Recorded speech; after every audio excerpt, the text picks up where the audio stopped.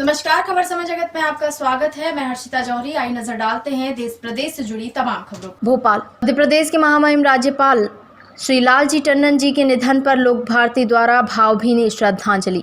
खबर समय जगत में आज हमारे साथ चर्चा में शामिल हुए लखनऊ से गोपाल उपाध्याय, जो कि लोक भारती के राष्ट्रीय सह संगठन मंत्री हैं। श्री उपाध्याय ने बताया कि श्री लालजी टंडन जी का जाना राजनीतिक क्षेत्र के लिए तो बहुत बड़ी क्षति है ही, साथ ही लोक भारती के लिए और गौ आधारित प्राकृतिक कृषि के लिए भी अपूरणीय क्षति है। इस अवसर पर लोक भारती के साथ साथ समय जगत समूह ने भी महामहिम राज्यपाल श्री लालजी टंडन जी के निधन पर शोक संवेदनाएं व्यक्त कर विनम्र श्रद्धांजलि अर्पित की। नमस्कार साथियों, जैसा कि हम जानते हैं कि आज मध्य प्रदेश के महामहिम राज्यपाल का निधन हो गया है और मध्य प्रदेश की राजनीति के लिए तो ये अपूरणीय क्षति है ही, साथ ही ये क्षति लोक भारती के लिए भी है। ये एक संस्था है लोक भारती, जो लोक मंगल के कार्यों में संलग्न रहती है। तो उसी लोक भारती के राष्ट्रीय सह संगठन मंत्री गोपाल उपाध्याय जी हमारे साथ फोन लाइन पर मौजूद हैं। हम उनसे जानेंगे हमारे दिवंगत महामहिम राज्यपाल लालजी टंडन जी के बारे में। गोपाल जी, बहुत बहुत स्वागत है आपका चैनल पर। धन्यवाद जी। गोपाल जी, आज हमारे मध्य प्रदेश के राज्यपाल जो आपके लखनऊ से थे, यूपी से, और लोक भारती से भी वो काफी जुड़े रहे, और आप अभी वर्तमान में लोक भारती के माध्यम से काफी लोक मंगल के कार्यों में और गौ आधारित प्राकृतिक कृषि के क्षेत्र में अच्छा कार्य कर रहे हैं। तो हमें थोड़ा ये बताइए कि जो महामहिम राज्यपाल लालजी टंडन जी थे, वे इसमें किस तरह से जुड़े हुए थे, उनकी किस तरह की रुचि इसमें लोक भारती कार्यों में थी?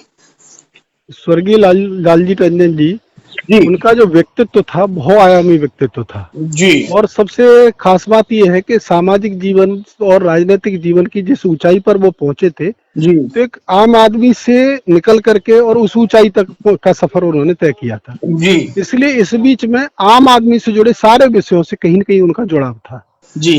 वो एक अच्छे किसान थे, खेती भी करवाते थे, वो एक अच्छी गौशाला भी बनवा रखी थी उन्होंने जी। तो हाँ, उस गौशाला के माध्यम से प्राकृतिक खेती, गाय से जुड़े जितने आयाम थे उन सारे आयामों पर उनका एक अध्ययन था जी। फिर दूसरा, लखनऊ में जो होकर के बहती है लखनऊ की जो एक जीवन धारा है गोमती नदी, तो उस गोमती नदी के लिए जो कार्य हुए उन कार्यों में भी उनकी एक महत्वपूर्ण भूमिका थी जी। तो लोक भारती क्योंकि प्राकृतिक खेती पर काम करती है, इस नाते से प्राकृतिक खेती के विषय गाय और खेती पर काम करने के नाते से, और वो नदी के लिए संरक्षण के लिए काम करते थे, लोक भारती का भी वो विषय है। इन दोनों विषयों में स्वर्गीय टंडन जी की एक बड़ी महत्वपूर्ण भूमिका थी, इस नाते से उनका मार्गदर्शन, उनका संरक्षण, इन सारे कार्यों को मिलता था। उनके बेटे अमित टंडन जी, हमारे लोक भारती का जो बहुत बड़ा राष्ट्रीय प्रशिक्षण लगा था यहाँ पर माननीय सुभाष पालेकर जी का, जी,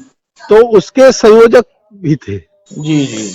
तो उस समय स्वर्गीय टंडन जी माननीय सुभाष पालेकर जी से भी उस शिविर में भी रहे अधिकांश समय पर, आकर के किसानों को भी उन्होंने आशीर्वाद दिया। जी। इन सारी गतिविधियों में उनकी एक मुझे याद आ रहा है, पिछले दिनों भोपाल में मध्य प्रदेश में लोक भारती की एक बैठक आयोजित की गई थी, उसमें आप भी मौजूद थे, संगठन मंत्री ब्रजेंद्र पाल जी भी थे।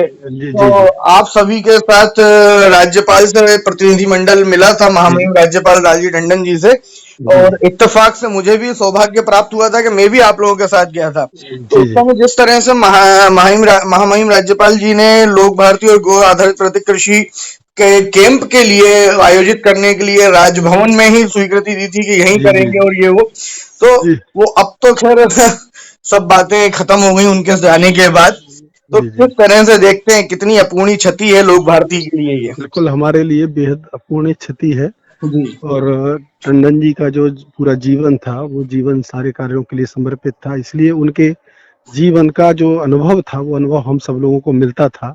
और उनकी एक बहुत इच्छा थी कि मध्य प्रदेश के राजभवन में वो प्राकृतिक खेती का कार्यक्रम हो, इसलिए उन्होंने वहाँ सभागार भी दिखाया था। और संभवतः लॉकडाउन नहीं लगा होता तो अब तक वो कार्यक्रम हो भी चुका होता। उन्होंने कहा था माननीय सुभाष पालेकर जी को बुलाइए, राजभवन में कार्यक्रम करिए, तो शायद नीति को वो मंजूर नहीं था, इसलिए नहीं हो पाया। इसलिए हम तो हम लोगों का व्यक्तिगत रूप से भी और सांगठनिक रूप से भी हाँ, हम सबको बहुत बड़ा दुख है उनके जाने का। बिल्कुल बिल्कुल। यहाँ तो वो ये तो इसमें तो किसी की चलती नहीं है, ये तो ईश्वर की जी मर्जी जी है। जी जी जी और जी हम ईश्वर से ये कामना करते हैं कि स्वर्गीय श्री लालजी टंडन जी को अपने श्री चरणों में उचित स्थान दे जी और जी जी शोक संतप्त परिवार को ये जो अगाध दुख हुआ है उसको दुख सहन करने की शक्ति प्रदान करे। आपने जी हमारे जी साथ चर्चा की, हमारे साथ चर्चा में शामिल हुए गोपाल जी, इसके लिए आपका बहुत बहुत धन्यवाद।